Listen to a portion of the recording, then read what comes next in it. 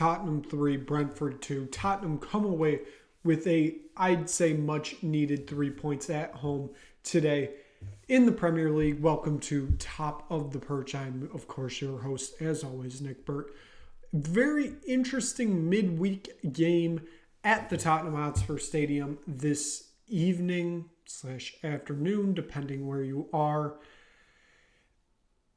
It wasn't all going right for Tottenham most of the game.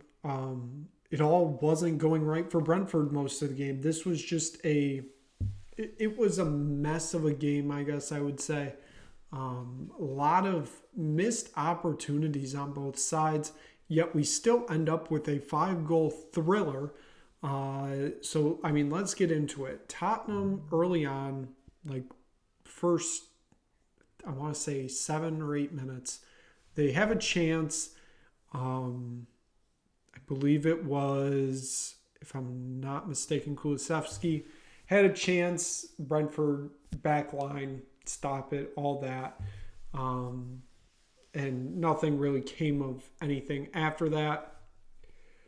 Only a few minutes later, Brentford go down the field. They get the ball in the back of the net. I believe it was Lewis Potter to Jensen, I believe. It might have been flipped. But ball's in the back of the net. VAR review. Offsides. So it is still a 0-0 game. But it was only a very few moments later that it was Neal Maupay putting the ball in the back of the net for real this time. And Brentford had a 1-0 lead only 15 minutes into this game. And it was like, I don't know how we've gotten to this point. It's early on. What has happened? It shouldn't be looking this, lackluster, I guess would be the best term to put it. It wasn't truly an outstanding start. They had the one opportunity right there at the beginning, and like I said, I believe it was the 7th or 8th minute with Kulusevski that really didn't end up being much. I know Bentancur had an opportunity. It was stopped, and I believe that was 5-ish minutes after. So Tottenham, even though they were down, they were kind of continually pushing to try to get this game equalized. I think Kulusevski had another opportunity just a few minutes after that Bentancur opportunity. He whiffs it wide, but it just seemed like they couldn't get contact fully going in this game to get balls on net. Kind of seemed like everybody kind of was all over the place. Wasn't an outstanding first half for either side. It was a frantic first half is, I guess, the best way I would say it. Obviously, you had the Maupay goal. Kind of brought everybody back down to earth a little. Tottenham still chasing, though. Seemed like an equalizer was going to come. We just really weren't sure when. It was coming out of halftime. Postecoglou made 2 subs. Skip and Bentancur were off. It was Højbjerg and Brendan Johnson on. Brendan Johnson gets sent to the bench today. In replacement was James Maddison coming back on. And, just minutes after halftime ends, I believe it was the 48th minute, Destiny Udogie strikes a just beautiful ball just right into the back of the net. It's 1-1. All hope feels rejuvenated. It was very frantic getting to that goal, but Udogie wasn't having the best of games, gets the goal, kind of turns this game around. He became a different player in the second half, and that was a key to this result. Then, literally only a minute later, Werner gets the ball down the side, a beautiful cross into the box, hits Brendan Johnson. Brendan Johnson slides it into a wide open net as the goalkeeper was trying to block that Werner cross, gives Johnson a wide open net. Johnson puts it in the back of the net. from 1-0 down 2 minutes ago to 2-1 up. Tottenham are up in this game in the 49th minute. And like I said, what a beautiful goal from Timo Werner. I know a lot of people laughed when the loan happened. He is very much becoming a player Tottenham could very much use the rest of this season. And then even right after that, the Johnson goal, Tottenham kind of continually on the attack there. Down the field once again, 56th minute, Richarlison back in the net. It's 3-1 Tottenham when literally just 10 minutes ago, Tottenham were 1-0 down. And all of a sudden, Tottenham are 3-1 up. Being 3-1 up, it kind of feels like you got the game in the bag a little, so you're going to, take the foot off the gas a little. So it was kind of expected that Brentford would get a little bit more into the attack in this one. They do. It ends up Ivan Toney getting a goal in the 67th minute, makes it 3-2. Brentford constantly chasing for that equalizing goal. They never get it after a flurry of saves from Vicario in the second half. I mean, especially in stoppage time, there were just 2 outstanding saves by the back line and Vicario to make sure this game stayed at 3-2 and made sure that Tottenham walked away with 3 points in this game. So after 8 minutes of stoppage time, I believe, in the second half, full-time whistle blew. Tottenham win a 5-goal thriller, 3-2. Like I said, it wasn't the best of games on both sides. That can 100% be said. But Tottenham just the better team getting to that end goal of getting the 3 points. So if we take a look at the stats, not a ton of surprise here, especially Brentford were the first team that Tottenham played this year, match week 1 at the G-Tech Stadium. Postecoglou's first game as manager. We kind of saw similar stats to what we're seeing here, except that game ended in a 2-2 draw compared to this one ending as a 3-2 victory for Tottenham. So Tottenham controlled possession, 68% of it to be exact. They had 19 shots compared to Brentford's 9. So that's a 10-shot difference. Shots on target, though, both teams equal at 5. That was a big factor in this game. You were only going to get so many shots on target. You had to make them count. Both teams somewhat did, but Tottenham get that one extra one to make sure that they get the victory here. Shots in the box. Tottenham taking a lot more shots in the box these past few weeks. We kind of noticed that trend. I know I complained about it in November that they're just taking too many shots from outside the box that just aren't ending up in anything. Well, here we are. Shots in the box. It's happening. So Tottenham had 14 of those compared to Brentford's 8. So 8 out of their 9 were in the box, with only one of them being outside compared to Tottenham having 5 outside. So still a little work, but hey, not going to complain that much. Expected goals, Tottenham set at 2.86, so right around that 3 mark. So kind of expected with what the result was compared to Brentford's 1.66. So once again, kind of around that 2 mark. So the expected goals fit the actual goals of this game. Passes, Tottenham set at 606 compared to Brentford's 270. 521 of those were accurate passes for Tottenham, which equaled 86% accuracy. And then I believe a new low percentage for the Ange Postecoglou era, holding Brentford to 65% accuracy on their passes. I mean, when you're only taking 270 and you only complete 175, numbers get skewed a little bit, but holding your opponent to a 65% pass accuracy, that's huge. Huge.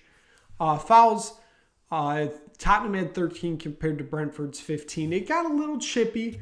There were moments that the game felt like it was starting to lose control. Foul-wise, both sides, it got a little messy. Yellow cards, Tottenham had 2 compared to Brentford's 3. Corners, Tottenham had 5 compared to Brentford's 3. It was what it was. So now we'll move on to the player ratings. Interesting set of results, I would say, for today. So getting straight into it, we'll start up top with Richarlison. He had that goal in the 59th minute. Earns him a 7.9. If he didn't get the goal, we're probably looking around like a 7.4, 7.5. So the goal didn't make a ton of difference. Richarlison didn't have an outstanding game, but you can see since he had that groin surgery back in November that sat him out for most of the month of November, he's become a completely different player. He's become a much better player, a much more dynamic player. And that is proven very crucial for Tottenham. So even though he is not bagging all the goals, he's still making sure that the goals end up happening, if that kind of makes sense. Again, it wasn't an outstanding day from him, but it was still quite good. Timo Werner earns an 8.4.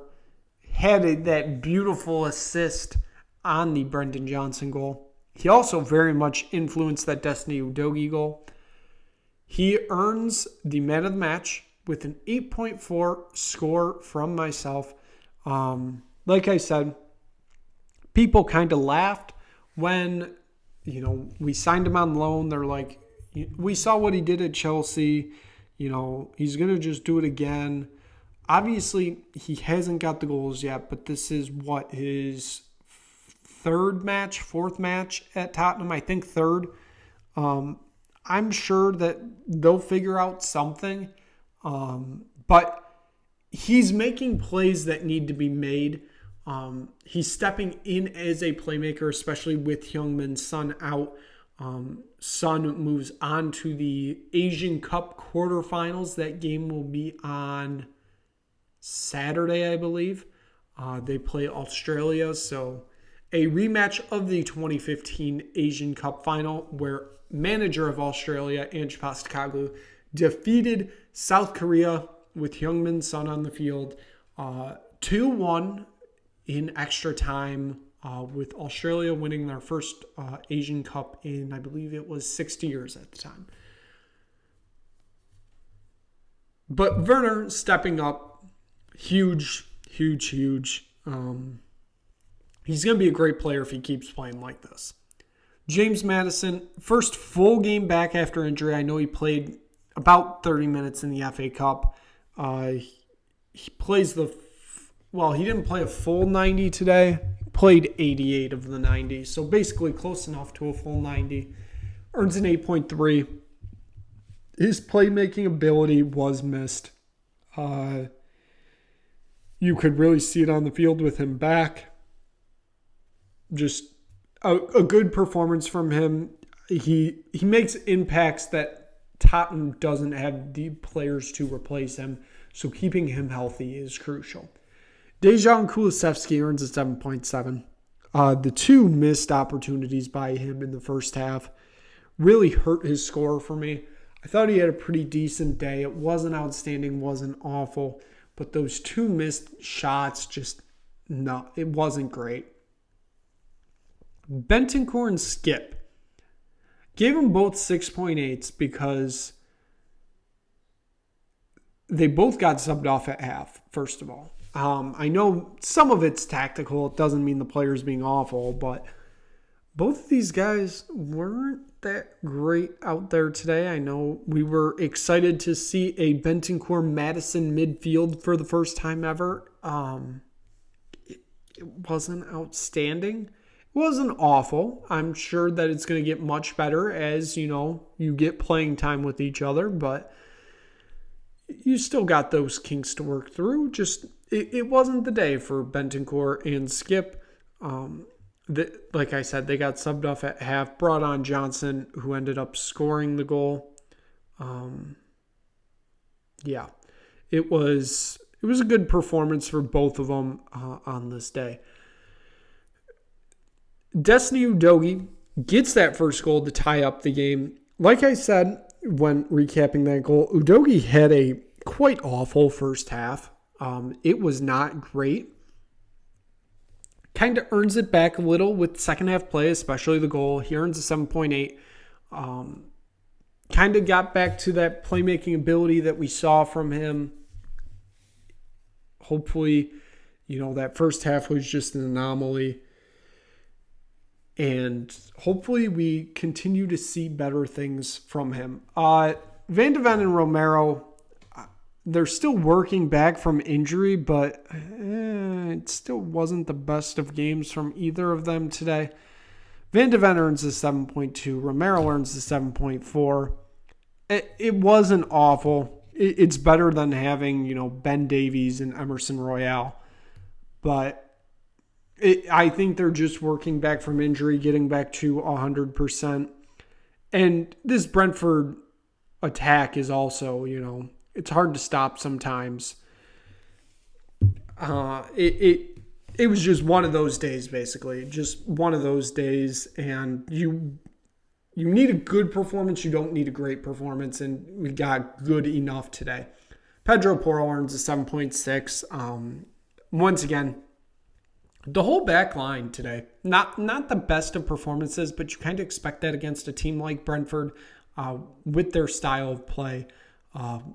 With the 3-5-2 formation, it's gonna be a long day for your back line. So it was for them. Vicario earns a 7.1. He made a few crucial saves, but there were also moments you're like, hey, what are we doing here, basically? Brendan Johnson, he earns a 7.8. I thought it was a decent performance today. Wasn't outstanding. Obviously, he got the goal. I'm glad that he got the goal because he really needed that. It seemed like the past few games he hadn't had the greatest of performances. So for him to get that goal kind of feels like it means a lot, because as soon as you get one goal, hopefully one turns into two turns into three, and you're starting to get in a roll of things. So hopefully that works out there. Højbjerg earns a 6.2. I thought he had a decent performance, but still wasn't great. I'd much rather have somebody else coming out from that position, but when you don't really have depth, you don't really have many options. Dragoshin and Jamie Donnelly both came on with less than 10 minutes ago, so they don't earn ratings. But Donnelly, a very, tactical yellow card in stoppage time. That dude is fully poised. Love the play from him. I'm hoping that he turns out to be a really great player, because he just seems like a great guy. And I hope that he turns into this great player that's going to lead Tottenham to glory, and he's one of our own. Postecoglou earns an 8. It really did feel like he wasn't going to lose today. Like I mentioned, that 2015 Asian Cup final where he won as Australia manager against South Korea. That was 9 years ago today, so it kind of just felt like he wasn't going to lose on the day that he won a international title for the country of Australia. I also would have said the same last week if they would have beat Man City, because Friday was Australia Day, which is like the national holiday in Australia, but Tottenham lost that game, so it didn't matter. So that is your player ratings for this Brentford game. And given that's going to wrap up this episode. So thank you so much for watching. If you stumbled across this video, hit like, hit subscribe, tell anybody you know about it. It is Sunday. It's the early kickoff, or Saturday, I should say. It's Saturday, early kickoff at Everton. Everton, they were looking good in November. They're not looking great now. So it seems like it's the exact case for Dr. Tottenham, but hopefully not. So Hopefully we will see you back here Saturday after recapping the Everton-Spurs game. But for now, thank you so much for watching, and we will see you then.